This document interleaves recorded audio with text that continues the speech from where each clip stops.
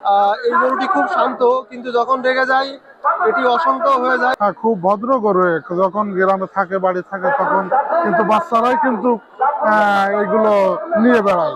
কারো কোনো ক্ষতি করে না, কারো কোনো ক্ষতি করবেও না, আপনাকে গুঁতো মারবে না, কোনো ঘর বাড়ি ভাঙচুর করবে না, অতি ভদ্র গরু। কিন্তু এই এত রাগী, যদি শোনে যে কালকে দিন পর মাঠে যেতে হবে, আর কিচ্ছু খাবে না। যে যতই ভালো জিনিস দিক না কেন, ওই গরু আর কোনো খাবার খাবে না।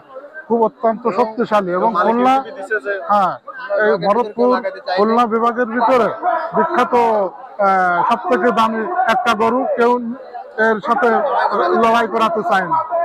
তো তবে তবে সে নেটেও ছাড়ে যে কে লাগাবে আসুক, আমি লাগাবো, বেডে লাগাবো।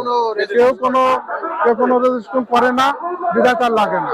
আর যে কোনো মাঠে খেলাটা যদি থাকে, আগেই শুনবে যে মিলনের ভরতপুর মিলন ছোট আসে কিনা।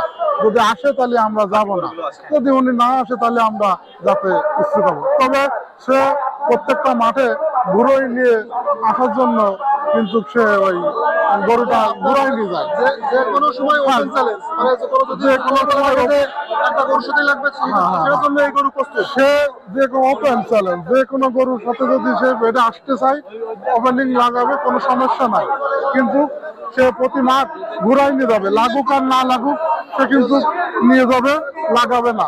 কিন্তু খুব ভদ্র গরু। কিন্তু আজকে, হ্যাঁ, আজকে যে ঘটনা হয়েছে, এক জোড়া গরু কেউ লাগাতে চায় না, কিন্তু হঠাৎ করে মাঠ থেকে দৌড়ে এসে পিছন থেকে মেরেছে। যদি এই গরু ছাড়া থাকতো তাহলে হয়তো ওই গরুটা আজকে জবাই করার জন্য প্রস্তুত থাকতে হতো।